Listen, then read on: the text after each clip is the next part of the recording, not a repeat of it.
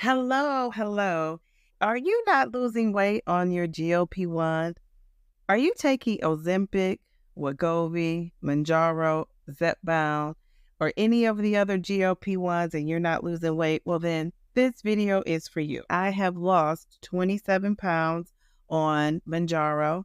This is my 22nd week going into my 23rd week. I have lost an average of 1.2 pounds a week. And I used to think I was a slow responder. And the more I asked people about it, and the more I researched what being a slow responder means, I found out I am not a slow responder.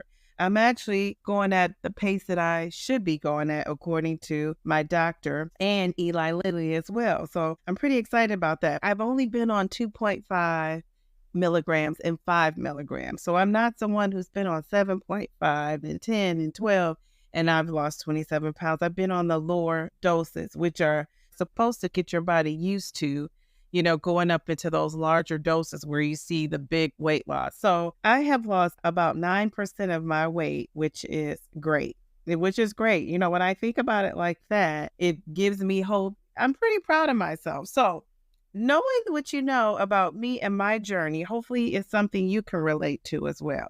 I want you to do these things if you are not losing to boost your weight loss. So the first thing is track your calories. Definitely track your calories. I know people don't like to track their calories, and I hear that it brings out an emotional reaction with some people who've had experiences with tracking points or doing some sort of tracking and it didn't work for them. I would just track for at least a week or two. First of all, just to know that you're in a calorie deficit. And second, to know that you're not under eating. I think most people lose weight fast on these GLP-1s just because they don't have an appetite and they're really not eating. And eventually down the road, when you get to your goal weight and you have to be on maintenance, you're going to have to learn the amount of calories you need to maintain. And you're going to have to learn eventually, how to eat when your appetite is not heavily suppressed. It's not easy. So this journey is a learning experience. I'm taking it as a learning experience. And I think counting calories is a part of that. Now, like I said, maybe do it for a week or two, establish how much you can eat, what your portions look like, what your macros look like, and then you can go from there and you won't necessarily have to track every day, every month, every week. So just give it a try. I use my MyFitnessPal app. It's free. It has everything you need in that free portion of the app. I have purchased the premium and I thought to myself, why? It really didn't give me any more information than I had in the free app. So I would grab MyFitnessPal and get started. Number 2, cut out snacks. I am working on this. This is something I am working on, is cutting out snacks. When I first started this journey, I bought every protein snack I thought I could want, just so I could have it. I'm very organized. I wanted to be prepared. And I bought too many snacks. And so now that I know they're there, I'll tend to snack when I don't necessarily need it. I'm on 5 milligrams of Mounjaro, and I'm to the point now where I want to titrate up. And that's because I'm starting to get the food noise and my appetite is not as suppressed as it was. So those are some things that are causing me to snack. But I also bought all these snacks. I said to my daughter, once these snacks are gone, which will lead us into the school year when she's back at school, our snacks will be fruits and vegetables, and we'll just have those protein snacks in moderation. We'll have those as a treat on the weekend. So I'm moving to also cutting out snacks. The third thing I would do is start exercising. I added exercising in for 10 minutes to 15 minutes, and I started off at 10 in my mind, but I did 15. I was one of those people who thought that if I'm not doing 30 minutes of exercise, going hard, giving it my all, sweating, my t-shirt soaked, why bother? Because it's not going to help me. I have learned that that's not true. So slow and steady wins the race. Just don't quit. That's my motto. And that is true when it comes to eating. That is true when it comes to exercising as well. Make some small little changes. You'll see big results later down the road. So start off by doing 10 minutes, you work your way up to 15, and then you work your way up to 20, and then 30, and then so on. I worked out every single day last week, and I didn't feel like it, but I did it anyway. And even sometimes at night, we had a couple of celebrations in my family. And at night, I even exercised. It was 11:45. And I thought, I'm going to get my 15 minutes in before the clock strikes midnight. I was tired. I had eaten, I was done for the day.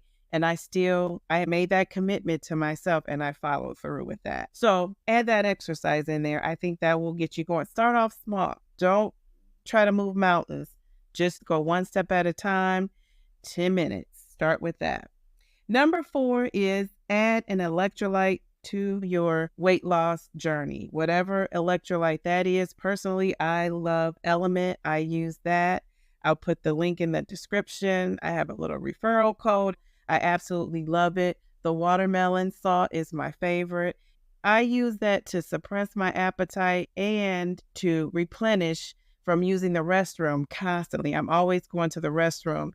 Taking Mounjaro keeps me in the restroom, which is a good thing because you're losing toxins that are coming out of your body. The bloating is hopefully going away. I'm also losing sodium because I'm not eating as many processed foods. So you have to get that sodium in there, and that's where the electrolytes come in. They help with energy. They help with preventing muscle spasms. So get those electrolytes in there. Let's move on to tip number 5. Tip number 5 is to add a daily supplement. This month, I started taking a supplement called Grooms. It is a nutritional supplement. It helps with gut health, energy, recovery, and brain cognition, which is how your brain works. The best thing about these gummies are that they taste really good to be so healthy. I can't figure out how they taste so good. They have clean ingredients and everything is organic. They are vegan and gluten-free. They have no artificial colors or flavors. They're dairy-free.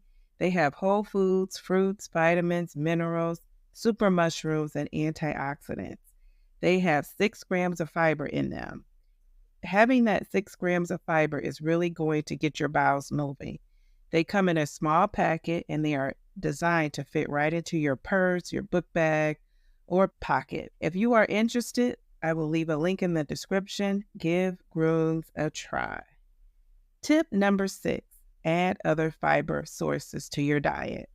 Getting fiber by eating whole foods is going to be the best way to get your fiber. I eat whole grains, fruits, and veggies. Find a high fiber food that you can incorporate easily into your meals. One of the foods that I eat that's high in fiber is called Mission Carb Balance flour tortillas. They have 2 grams of carbs. They have 7 grams of fiber, which is excellent.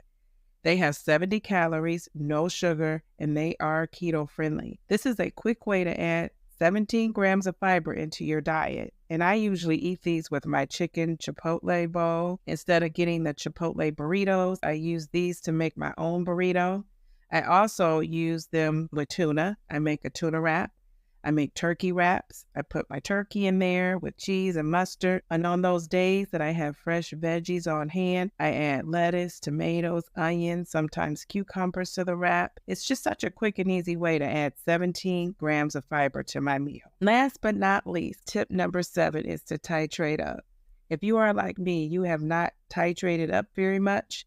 I put this as a last resort tip because I think you should try all those other things I discussed in this video to get your weight loss going before you titrate up. That's just my opinion. I started at 2.5 milligrams and after 2 months I moved up to 5 milligrams and I was on that for 1 month. I couldn't get the 5 milligrams refilled the second time due to the shortage, so I had to move back down to 2.5 for 1 month.